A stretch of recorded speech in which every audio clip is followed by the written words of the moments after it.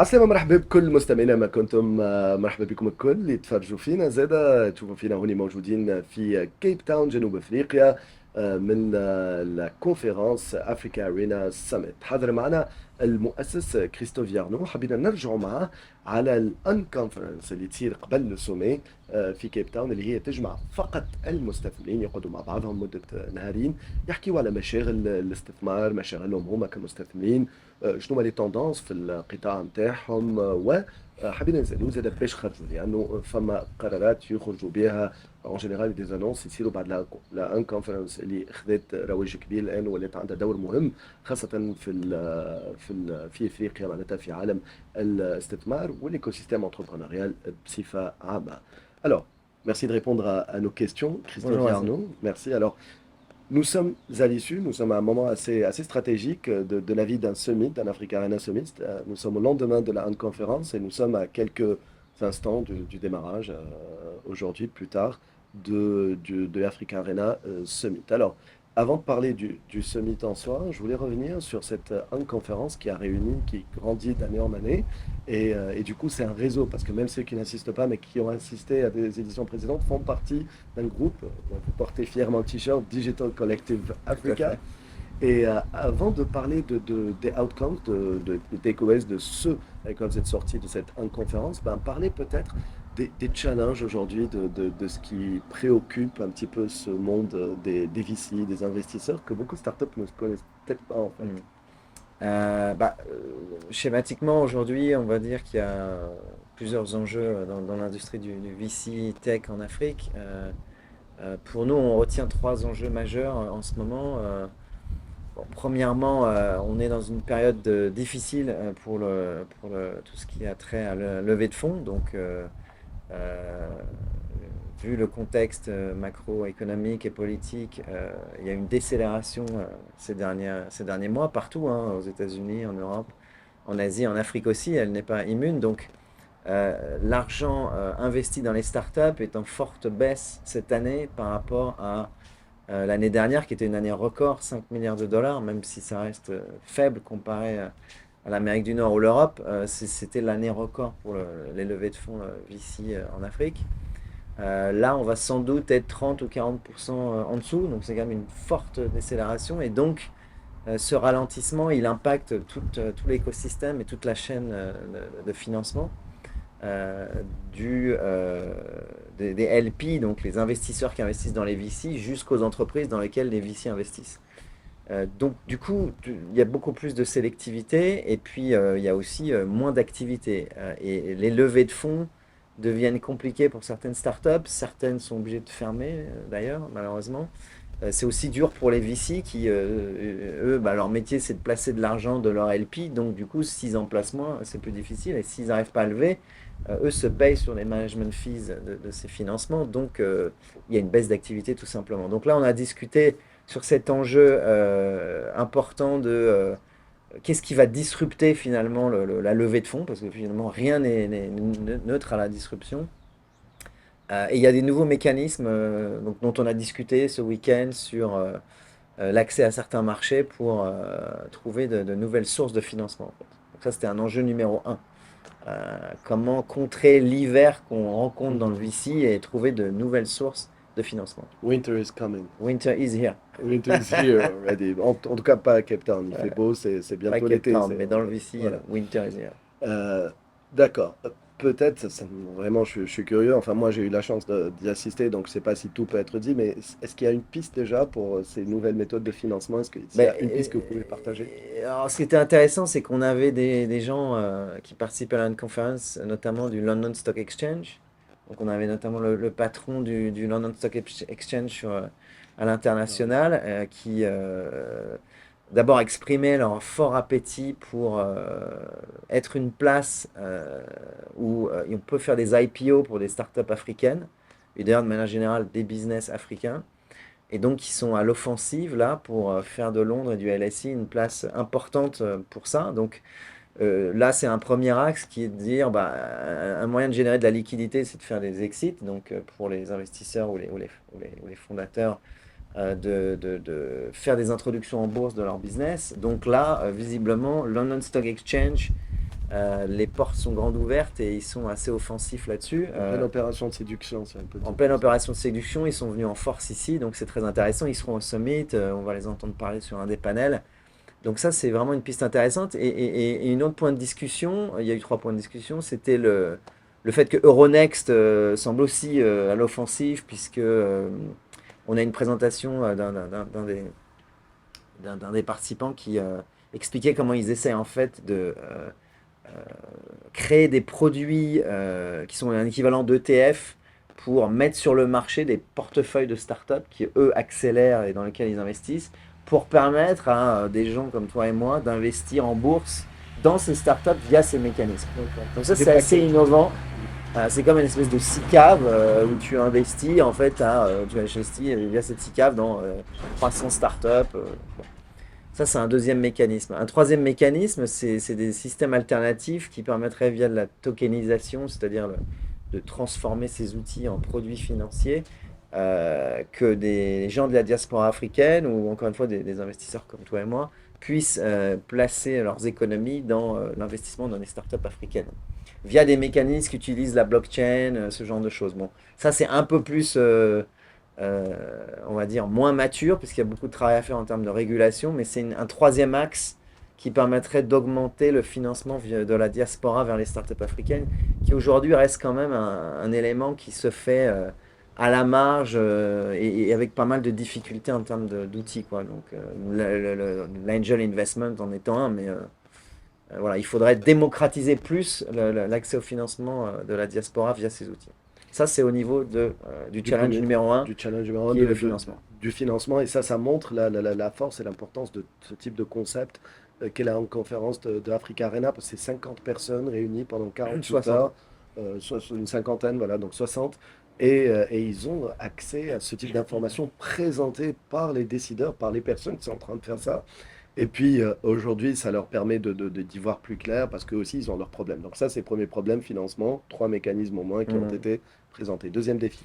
Alors, deuxième défi, c'est un défi autour de la gouvernance et de mettre en place des pratiques qui permettent de un peu standardiser pour les entrepreneurs en Afrique des méthodes vraiment de rassurer les investisseurs pour avoir une gouvernance top niveau, classe mondiale, même meilleure que celle qu'on a en Europe ou aux États-Unis, parce qu'en Afrique, on ne peut pas se permettre d'avoir des problèmes de gouvernance, parce que Mhm. sinon, on va décrédibiliser la place de marché. Il y a eu quelques incidents ces derniers mois. On a vu quelques startups avec des incidents de détournement de fonds, etc. Bon, évidemment, quand il y a beaucoup d'argent, il peut y avoir ce type de situation. Donc, bon, il y a une startup au Ghana qui s'appelle Dash, notamment, qui est un bon exemple de malheureusement des mauvaises pratiques de gouvernance qui découlent en fait, finalement de fraude, alors que c'est beaucoup d'investissement qui a été investi. Donc, c'est vraiment des problèmes à traiter. Donc, on le traite avec l'Alliance Digital Collective en sortant un Governance Toolkit, qui est un document très fourni, qui fait une soixantaine de pages, dans lequel on a vraiment l'ABC de comment, dès le début, quand on crée une startup, mettre en place une gouvernance solide pour par la suite pas avoir des problèmes et puis être très crédible auprès des investisseurs. Donc ça, c'est challenge numéro 2, renforcer les bonnes pratiques de gouvernance dans l'industrie en Afrique. On répond par un toolkit sur lequel on va former des centaines d'entrepreneurs dans les prochains mois et les prochaines années, ce qui va nous permettre d'intensifier l'adhérence à ces bonnes pratiques. Et qu'elles sont définies par le collectif. Hein. Mhm. C'est 8 mois de travail, ce Governance Toolkit, soutenu par des gens comme FMO, etc. Donc ça va être très utilisé. Troisième défi. Alors, troisième défi, c'est que la place des femmes dans l'entrepreneuriat en Afrique reste malheureusement faible en termes d'investissement, pas du tout faible en termes de représentation. Les femmes sont partout. Elles sont d'ailleurs en général beaucoup plus performantes si on benchmark dans leur business. Donc aujourd'hui, au niveau de l'investissement global qui va sur les startups en Afrique, seul 3% est investi dans les startups créées, fondées par une femme ou des femmes, et 17% dans des startups où au moins une femme est cofondatrice. 17%.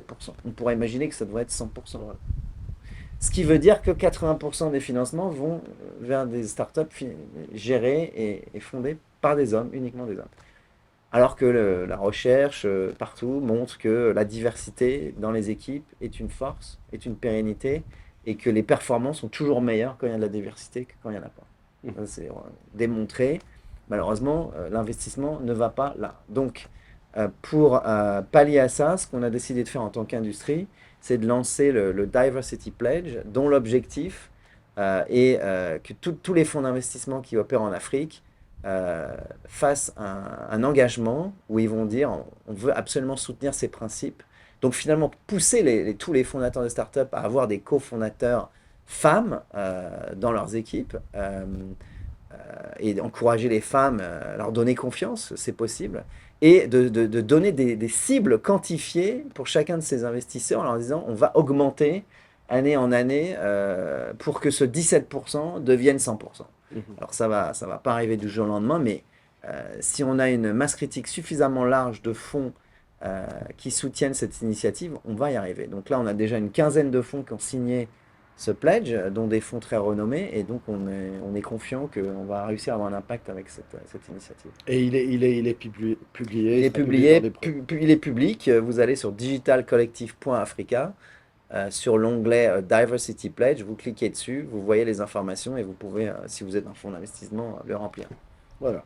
Si vous êtes prêt à vous engager justement pour relever ce défi. Alors, ça c'était trois défis, on va dire, trois tendances un petit peu dans le monde des VC. Alors, en fin de compte, on sort avec quoi de cette conférence? Bah, beaucoup d'énergie, des nouvelles connexions. C'est vraiment un programme qui est fait pour que on s'échange pas juste des business cards et on parle 3 minutes comme dans des gros forums, mais on passe un week-end ensemble à faire des choses très différentes pour établir ces relations de confiance qui sont nécessaires à toute transaction de co-investissement ou à tout investissement. Donc on a atteint beaucoup d'objectifs de cette manière. On a pu rentrer dans le détail dans certains sujets, comme ceux que j'ai mentionnés, et sortir surtout des choses tangibles. C'est pas du blabla, on passe un week-end et puis ensuite on repart au bureau, à la maison. On se met au travail pour faire en sorte que ces choses deviennent des réalités tangibles qui vont avoir un impact dans l'écosystème. Digital Collective Africa, c'est une alliance qui est complètement orientée sur de l'impact pour qu'il y ait quelque chose qui sorte de tous ces événements. Très bien. Alors, de toute façon, il y a pas mal d'interviews qui vous attendent, que vous pouvez trouver, par exemple, sur notre LinkedIn. Il y a du contenu exclusif avec Africana sur le LinkedIn d'Express FM.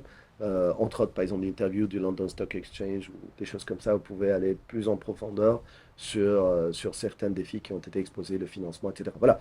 Alors, ça, c'est pour l'inconférence. On termine sur le summit qui commence aujourd'hui.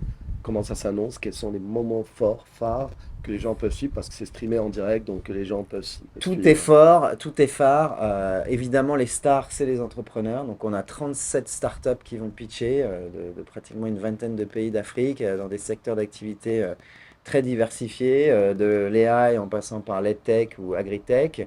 On va avoir des panels qui vont discuter certains des éléments qui sont sortis de la Conference et d'autres. Des keynotes, non, ça va être un moment fantastique. C'est la cinquième édition.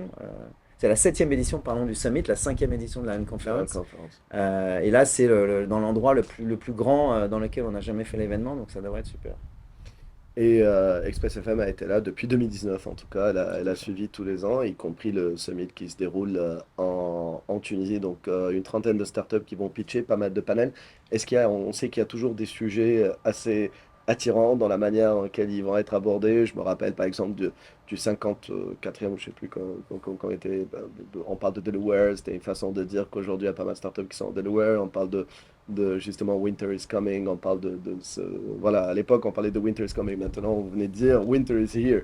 Donc c'est toujours un événement qui est assez précurseur. Donc s'il y a un ou deux topics qui vous viennent en tête que vous voulez partager avec nos Non, je auditeurs. crois que, évidemment, là, vu la situation du marché, il y a une vraie discussion sur la création de liquidités, donc créer des exits, des success stories. On a quand même une fabuleuse histoire en Tunisie avec InstaDeep en début d'année. Et donc, il nous faut plus de success stories comme InstaDeep en Afrique. C'est fantastique qu'on ait celle-ci. Donc, la question, c'est voilà, comment faire des IPO, comment faire des exits, comment réussir à scaler des business qui créent énormément de valeur pour leurs salariés, leurs fondateurs et leurs investisseurs. C'est ça qui va faire effet boule de neige et attirer. Là, on est dans une phase un peu intéressante parce que on est sorti de la phase initiale du take-off de l'écosystème africain. Et maintenant, on est dans une phase d'accélération, mais on est en plein milieu d'une phase globale où il y a un peu une décélération temporaire avant sans doute revoir une très forte accélération dans les années qui viennent. Donc là, il faut se servir de cette période, ne jamais gâcher une bonne crise, pour renforcer les fondamentaux et continuer à faire que cet écosystème qui est extrêmement dynamique se développe. Donc là, on est là pour ça, donc on est très excités des prochains jours. Merci beaucoup. Suivez-nous sur africarena.com en ligne. L'événement sera en streaming permanent. C'est pour ensuite tous les panels. Et puis nous, on est là. On aura pas mal d'interviews à vous proposer. C'est impossible qu'on puisse avoir tout le monde. Donc c'est bien de suivre le streaming live si vous voulez vraiment ne rater aucun moment de cet événement. Mais sinon, vous allez avoir pas mal de contenu sur YouTube, sur Facebook, sur LinkedIn d'Express FM. C'est pas forcément le même contenu. Et puis sur les ondes d'Express FM qui m'a dit qu'on salue. Shukran. Merci beaucoup, Christophe Garneau, fondateur d'Africa Arena. Restez avec nous. قعدوا معنا مستمعينا واللي تفرجوا فينا حوارات أخرى يتواصل مشوار مع زملائي في الاستوديو. Sinon, comme je disais, donc تنجموا تتابعونا برشا كونتوني باش يكون موجود. فما حتى في كونتوني حصري لينكدين بركة اللي يتابعوا فينا نعرف ils sont très nombreux ويلوجوا على un contenu très spécialisé. Donc حضرنا لكم برشا حوارات خاصة بكم تلقاوها كان على لينكدين بعض الأحيان باللغة الإنجليزية ومع مستثمرين إلى آخره دي ستارت اب. دونك أنا باراتي فوالا اكسبريس اف ام ديما في قلب الحدث. وبنقول لكم بتي كلان دوي باش تشوفونا نتبعوا برشا أحداث في العالم الكل في الأشهر القادمة إن شاء الله. اقعدوا معنا مواصلين.